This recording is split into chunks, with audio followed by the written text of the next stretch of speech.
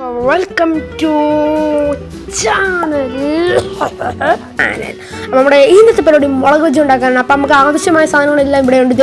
മൈദയുണ്ട്, കടലമാവുണ്ട്, വെള്ളമുണ്ട്, പിന്നെ മുളക് പൊടിയുണ്ട്, മഞ്ഞൾപ്പൊടിയുണ്ട്, ഉപ്പുണ്ട്, കുരുമുളക് പൊടിയുണ്ട്, മസാലപ്പൊടിയുണ്ട്, അല്ലെങ്കിൽ ഗരം മസാലപ്പൊടിയുണ്ട്. അപ്പോൾ ഇതാണ് നമ്മുടെ പാത്രം ഉണ്ടാക്കാനുള്ള. അപ്പം നമുക്ക് ആദ്യമായി തന്നെ നമുക്കൊരു കപ്പ് മൈദ ഇട്ട് കൊടുക്കാം. ശേഷം ഒരു കപ്പ് കടലമാവ് ഇട്ട് കൊടുക്കാം. മൈദ ഓപ്ഷണലാണ്. ഈ മൈദയ്ക്ക് പകരം കടലമാവ് ഇടുന്നതായിരിക്കും നല്ലത്.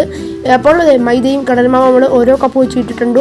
നമുക്കത് നന്നായിട്ടൊന്ന് മിക്സ് ചെയ്യാം. മിക്സ് ചെയ്തതിന് ശേഷം നമുക്ക് ഈ പൊടികളെല്ലാം ഇട്ട് കൊടുക്കാം. കുരുമുളക് പൊടി, മഞ്ഞൾപ്പൊടി, ഉപ്പ്, ഗരം മസാല ഇത്രയും ഇട്ട് കൊടുക്കാം.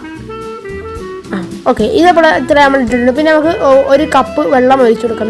ഞാൻ കറക്റ്റ് ഒരു കപ്പ് വെള്ളമാണ് ഒഴിച്ചു കൊടുക്കുന്നത്. നന്നായി മിക്സ് ചെയ്യുന്നുണ്ട്. ഈ കട്ട പിടിച്ച് തരില്ല കേട്ടോ. നമുക്ക് ഓവറായിട്ട് കട്ടിങ് ആണല്ലോ, ഓവറായിട്ട് ലൂസും ആവല്ലോ. ഇടത്തരം നിൽക്കുന്ന ഒരു ബേറ്റർ മോഡലില്ലേ, ആ മോഡലാണ് നമുക്ക് വരേണ്ടത്. അപ്പോൾ നമുക്ക് നല്ല അടിപൊളിയായിട്ട് മിക്സ് ചെയ്ത് കൊടുക്കുന്ന, നമുക്ക് നല്ലതായിട്ടൊന്ന് മിക്സ് ചെയ്ത് കൊടുക്കാം.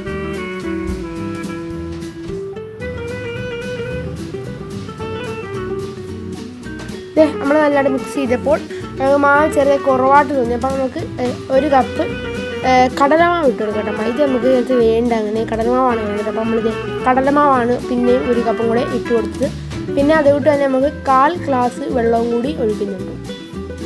ഓക്കെ, ഇനി നമുക്കിത് നന്നായിട്ട് മിക്സ് ചെയ്തെടുക്കാം. പിന്നെ നമുക്ക് ഇതിന് മുളക് ബജ്ജിയായിട്ടും എടുക്കാം. പിന്നീട് നമുക്ക് മുട്ട ബജ്ജിയായിട്ടും ഈ മാവ് തന്നെ സെറ്റ് ചെയ്തെടുക്കാം. നമ്മൾ 1/4 ഗ്ലാസ് വെള്ളമാണ് കേട്ടോ എടുത്തത്. ഫസ്റ്റ് നമ്മൾ ഒരു ഗ്ലാസ് എടുത്തു, ശേഷം 1/4 ഗ്ലാസ് എടുത്തു, ഒരു കപ്പ് കടലമാവും കൂടി നമ്മൾ ആഡ് ചെയ്തു. നമുക്ക് നന്നായിട്ടൊന്ന് ഇളക്കി മിക്സ് ആക്കി കൊടുക്കാം. നല്ല കട്ടിയൊന്നും വരാത്ത രീതിക്ക് നമുക്ക് അടിപൊളിയായിട്ട് മിക്സ് ചെയ്ത് കൊടുക്കാം. ഓക്കെ, നമുക്ക് സ്പൂൺ വെച്ച് നന്നായിട്ടൊന്ന് മിക്സ് ചെയ്തെടുക്കാം. അപ്പോൾ നമ്മളിത് 5 ബജ്ജി മുളകാണ് കേട്ടോ നമ്മൾ എടുക്കുന്നത്. 5 എണ്ണം എടുക്കുമ്പോൾ നമുക്ക് 10 എണ്ണമാണ് കിട്ടുന്നത്.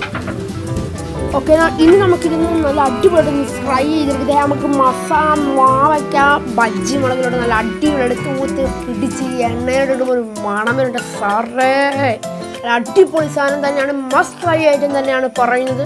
ഉറപ്പായി നിങ്ങൾ വീട്ടിൽ നോയമ്പുതുറക്കൊക്കെ ഉണ്ടാക്കാൻ പറ്റുന്ന അടിപൊളി ഒരു സംഭവം തന്നെയാണ്. നമ്മുടെ മുളക് ബജ്ജി ഇവിടെ റെഡി ആയിട്ടുണ്ട്. അപ്പം ഇനിയും കിടിയുള്ള വീഡിയോയുമായി കാണുന്നതിൻ്റെ സൈനിങ് ഔട്ട്.